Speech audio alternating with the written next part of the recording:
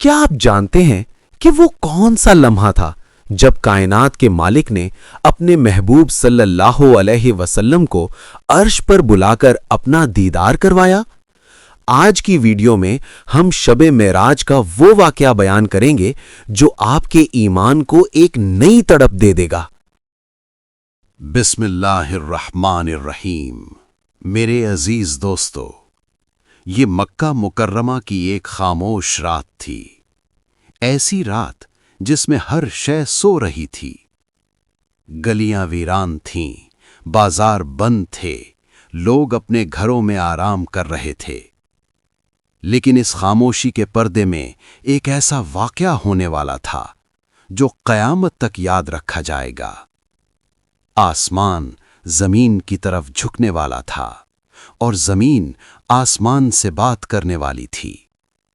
اس رات نبی کریم صلی اللہ علیہ وسلم کے دل میں ایک عجیب سا بوجھ تھا۔ یہ عام بوجھ نہیں تھا، یہ امت کا بوجھ تھا۔ وہ امت جو ابھی کمزور تھی، جو ظلم سہ رہی تھی، جو ہنسی جا رہی تھی، جو ستائی جا رہی تھی۔ چچا ابو طالب جو ڈھال بنے رہے، وہ دنیا سے جا چکے تھے۔ حضرت خدیجہ رضی اللہ عنہا جو دل کا سہارا تھیں، جو ہر لمحہ ساتھ کھڑی رہیں، وہ بھی اس دنیا میں نہیں رہیں۔ رسول صلی اللہ علیہ وسلم کے لیے یہ سب کچھ بہت بھاری تھا، لیکن آپ صلی اللہ علیہ وسلم نے کبھی شکوہ نہیں کیا۔ اسی تنہائی میں طائف کے وہ لمحے بھی یاد آ رہے تھے جب بچوں اور اوباشوں نے پتھر برسائے تھے، جسم سے خون بہہ رہا تھا، جوتے سرخ ہو چکے تھے۔ فرشتے آئے اور کہا، اگر آپ اجازت دیں تو ہم پہاڑوں کو ملا کر ان سب کو کچل دیں۔ لیکن رحمت عالم صلی اللہ علیہ وسلم نے فرمایا، نہیں، شاید ان کی نسل میں کوئی اللہ کو ماننے والا ہو۔ یہ تھا محمد صلی اللہ علیہ وسلم کا دل۔ اسی رات جب درد انتہا کو پہنچا تو رحمت نازل ہوئی۔ نبی کریم صلی اللہ علیہ وسلم حتیم کعبہ میں آرام فرما تھے کہ اچانک فضا بدل گئی۔ زمین پر نور بکھر گیا، آسمان کھلنے لگا۔ حضرت جبرائیل علیہ السلام تشریف لائے، چہرے پر سنجیدگی، لہجے میں محبت۔ فرمایا، یا رسول اللہ صلی اللہ علیہ وسلم، رب کائنات نے آپ کو اپنے پاس بلایا ہے۔ یہ الفاظ کسی مرہم سے کم نہ تھے۔ نبی کریم صلی اللہ علیہ وسلم کا سینہ مبارک کھولا گیا، دل نکالا گیا، آب زمزم سے دھویا گیا۔ یہ دھلائی صرف دل کی نہیں تھی، یہ غم، دکھ اور تکلیف سب کو دھونے کے لیے تھی۔ پھر دل کو ایمان، صبر، حکمت اور یقین سے بھر دیا گیا۔ یہ اس سفر کی تیاری تھی جو انسانی عقل سے بالا تر تھا۔ پھر ایک سواری لائی گئی جس کا نام براق تھا۔ اس کا رنگ سفید، آنکھوں میں نور اور رفتار بجلی سے بھی تیز۔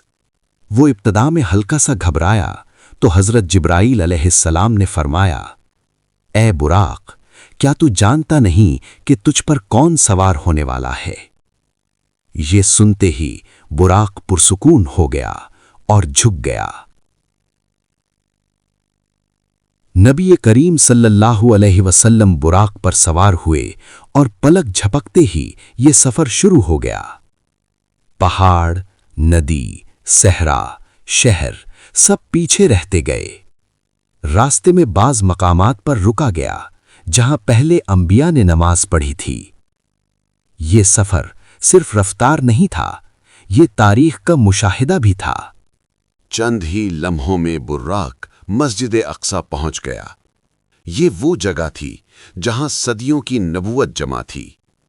حضرت آدم علیہ السلام، حضرت نوح علیہ السلام، حضرت ابراہیم علیہ السلام، حضرت موسیٰ علیہ السلام، حضرت عیسیٰ علیہ السلام سب تشریف فرما تھے۔ حضرت جبرائیل علیہ السلام نے فرمایا، یا رسول اللہ صلی اللہ علیہ وسلم، آگے بڑھیے اور نماز پڑھائیے، سب کے امام بنے۔ یہ اعلان تھا کہ اب قیادت محمد صلی اللہ علیہ وسلم کو دی جا چکی ہے۔ پھر آسمانوں کا سفر شروع ہوا۔ ہر آسمان پر دروازے پر سوال ہوا، کون ہے؟ جبرائیل۔ اور ساتھ کون ہے؟ محمد صلی اللہ علیہ وسلم۔ اور دروازے کھلتے گئے۔ ہر آسمان پر ایک نبی خوش آمدید کہتا رہا۔ ہر ملاقات ایک پیغام تھی۔ حضرت موسیٰ علیہ السلام امت محمد کی فکر میں تھے۔ انہوں نے فرمایا، آپ کی امت کمزور ہے، نمازوں کا بوجھ کم کرائیے۔ یہ امت کے لیے رحمت کا سبب بنا۔ پھر وہ مقام آیا جہاں جبرائیل علیہ السلام بھی رک گئے، سدرۃ المنتہا، جہاں علم ختم ہو جاتا ہے، جہاں الفاظ ساتھ نہیں دیتے۔ یہاں نبی صلی اللہ علیہ وسلم اکیلے تھے۔ یہ وہ لمحہ تھا جس کا تصور بھی ممکن نہیں۔ کلام ہوا، راز دیے گئے، اور امت کو تحفہ ملا، نماز، وہ عبادت جو زمین پر رہتے ہوئے آسمان سے جوڑ دیتی ہے۔ اسی رات نبی صلی اللہ علیہ وسلم واپس تشریف لائے۔ صبح ہوئی اور ایک نیا امتحان شروع ہوا۔ کفار نے مذاق اڑایا، لیکن ابو بکر کھڑے ہوئے۔ اگر محمد صلی اللہ علیہ وسلم نے کہا ہے تو سچ کہا ہے۔ یہ واقعہ ہمیں بتاتا ہے، غم کے بعد عزت آتی ہے، صبر کے بعد انعام ملتا ہے۔